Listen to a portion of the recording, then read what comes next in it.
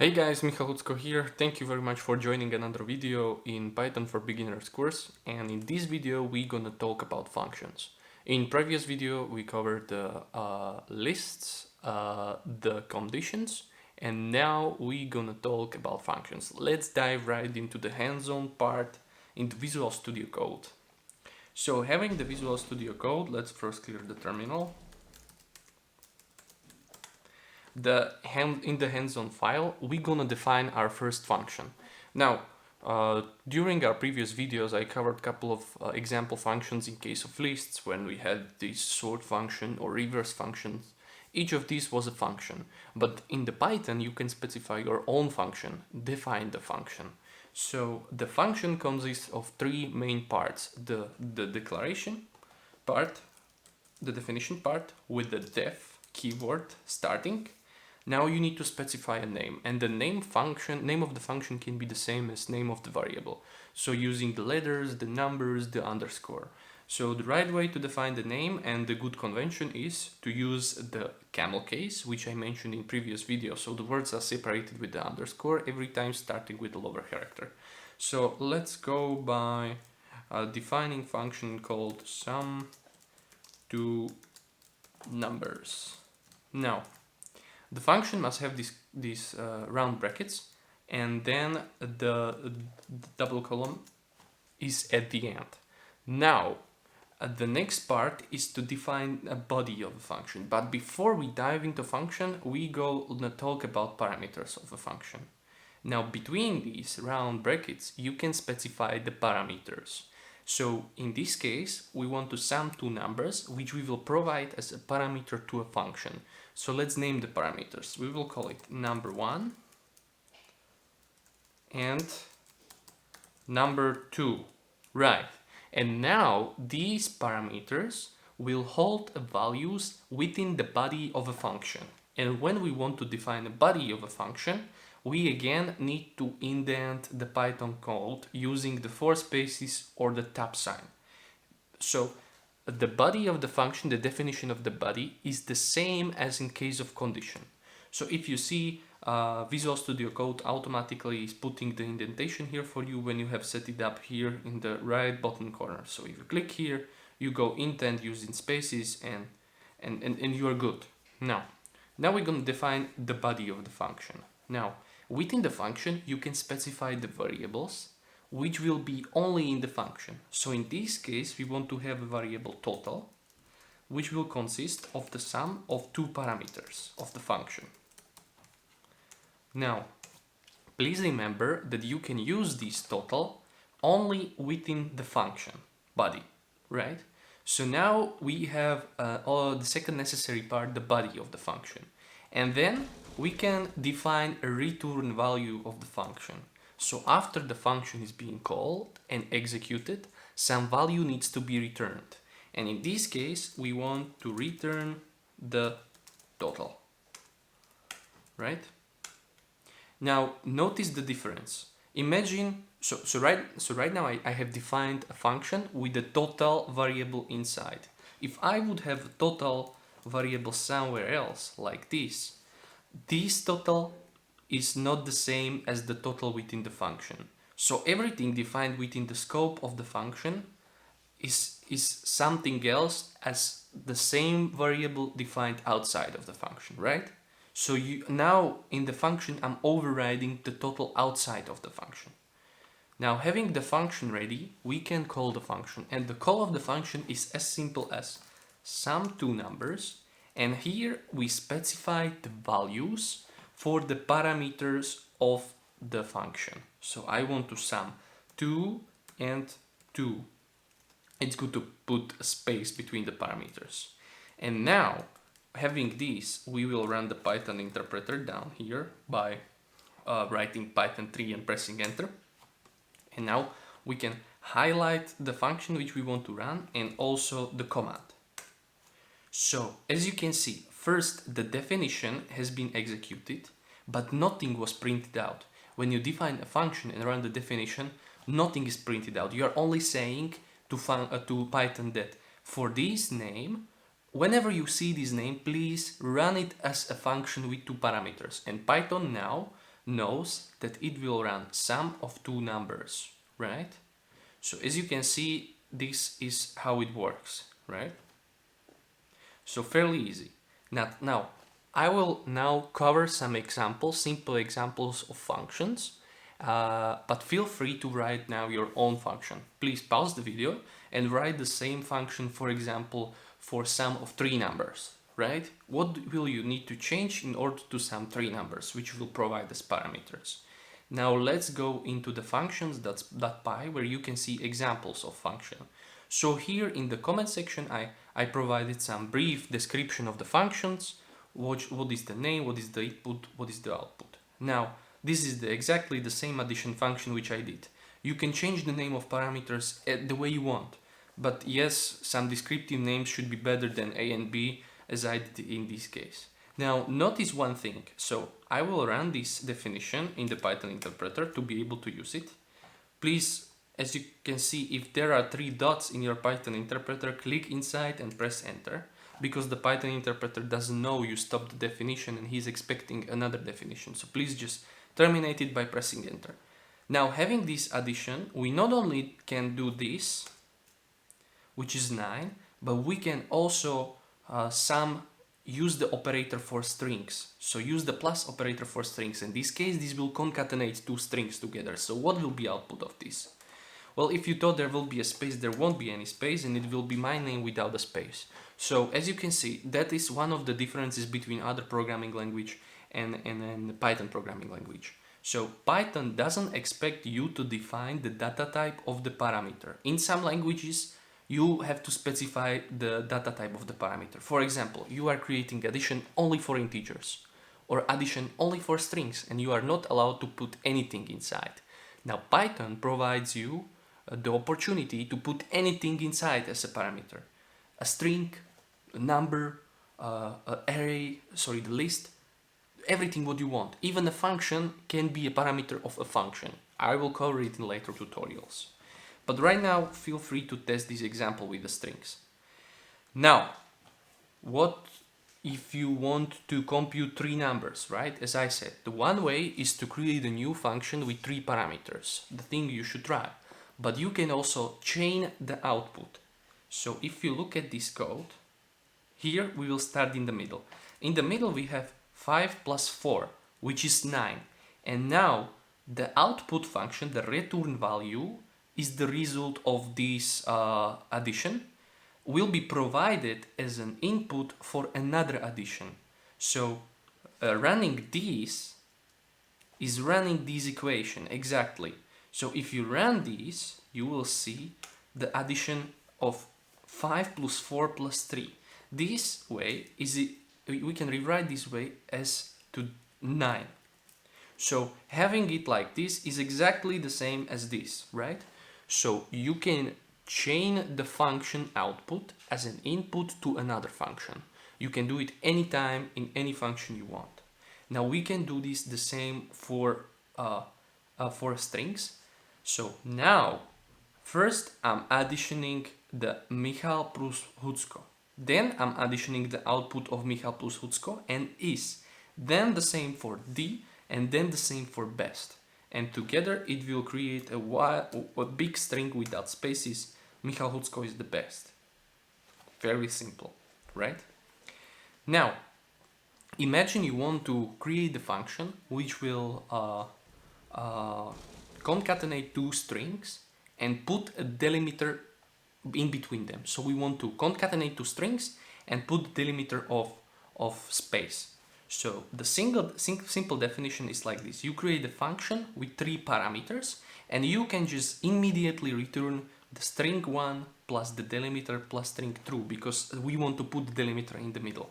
As you can see, you don't need a temporal value variable result for the result and then return a result of the operation. You can immediately put the operation in the return statement as this. This will be automatically computed for you. So if I have a function like this and run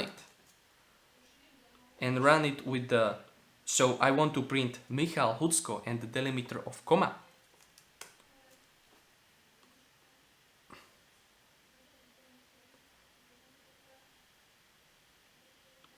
Sorry, I didn't run this. Now you need to press enter. And now I want to run Michal Hucko plus comma. I will get the result Michal, comma, Hucko. I hope this you understand. It's quite simple. Now, the order in which you specify the parameters is important when you don't specify the name of the parameters. You can change the order if you run the function by specifying the name of the parameter. For example, you can run exactly the same thing above, just with a space, by saying string addition with delimiter, and now please set the delimiter to this, set the string 2 to this, and set the string 1 to this. And in this case, we can change the order of the parameters. This is quite useful in some cases. And now, when you are calling the function like this, everybody who is reading your code immediately knows what is the value Hucko being referred to and what is the value Michal being referred to. So it's quite easy for the code, for the others to read your code. So if I run this, I get Michal Hucko. Now Python provides you the way to specify something which is called optional parameters. The optional parameters are the parameters which you can, but you don't have to specify.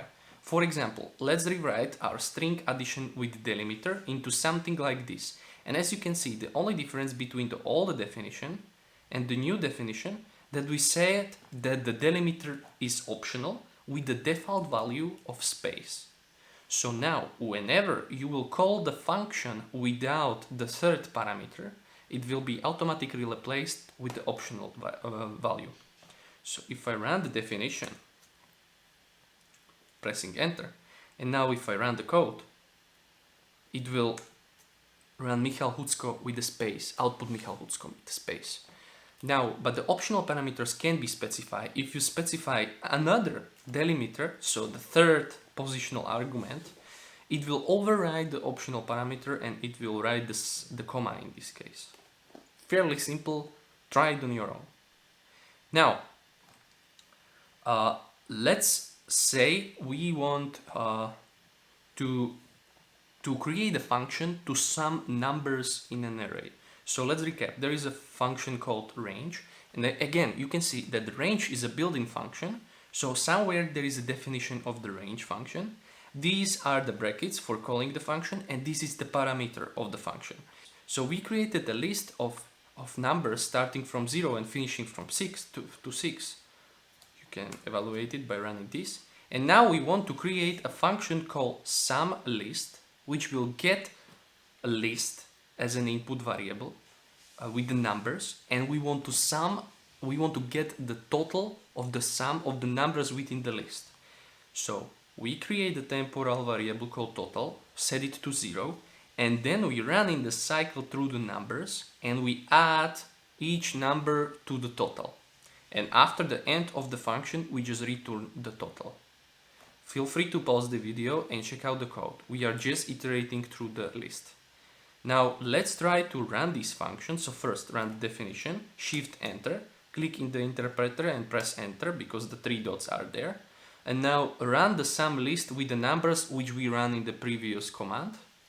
Now as you can see, the result of the sum list for numbers is 21. So you can evaluate this result by running the built-in function sum, which should output the same result. So highlighting the sum, shift enter, 21. Now,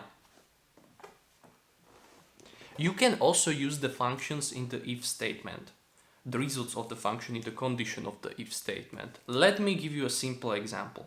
Imagine having a simple sum function like this. It receives two parameters, a and b, and it returns the sum of a plus b. Now, highlighting this, we can execute the definition of the function, again pressing enter in the interpreter.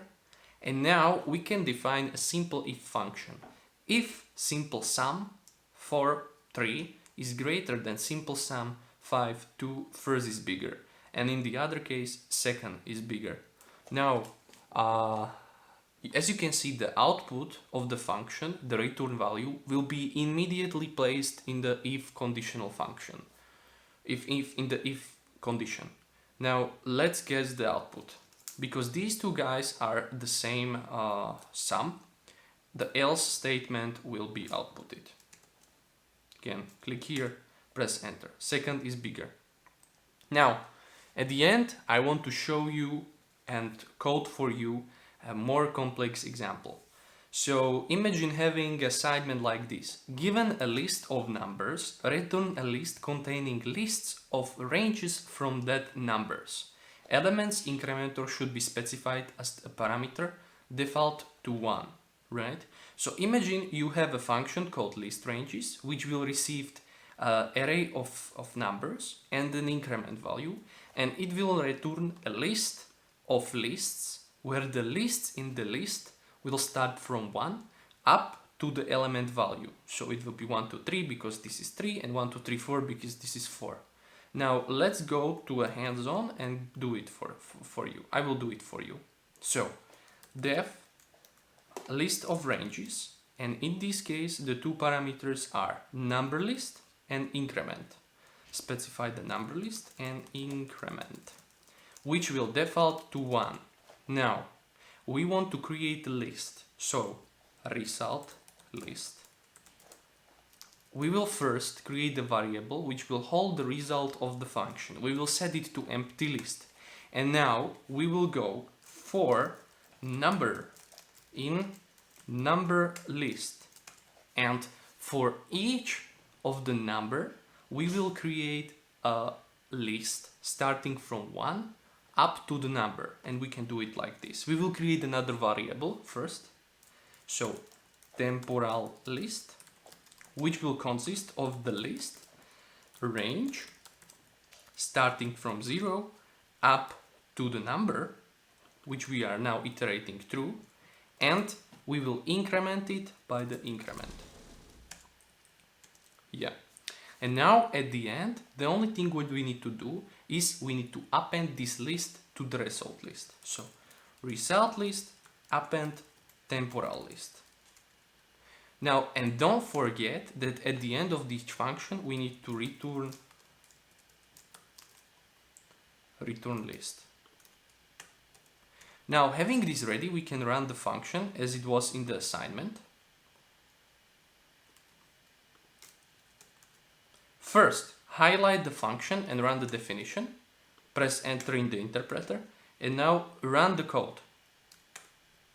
Yeah, and as you can see, I made one mistake. In the assignment, I had that the numbers should start from 1. My numbers start from 0, so what should I change? Exactly, I should change this number to 1. Now if I run it one more time, again, because I changed the function, I need to rerun the definition of the function. And now I can run the code. Back again. So as you can see, I got the output and I got the numbers. Back to the definition, you can see that I want to end with the number. So basically, if I have here 3, I should have at the end 3, but I have only 2. Because as I mentioned, the range has an open interval at the end. For this reason, I can add here +1. You can see even I make mistakes, and it's normal. You are learning with your mistakes, and sometimes the definition is so complex that the step-by-step approach is much better than putting everything in one place. Now everything is perfect. If I change the incrementer to 2, the numbers will increment by 2, right? Now, what will happen if I didn't specify a return statement? As I said, the return statement is optional, and in the default, the function will return a non-object.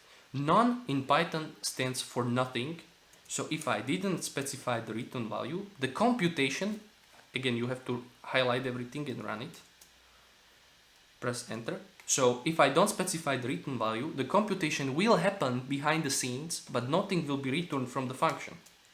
Yeah, as you can see, I don't see the none because none is not outputted, but if I do it like this, none will be outputted, right? So the none is the default return value. Alright guys, that was some basics in the functions. We will do a lot of functions during future tutorials and videos, so please take your time to go into this topic. I'm glad you were with me today.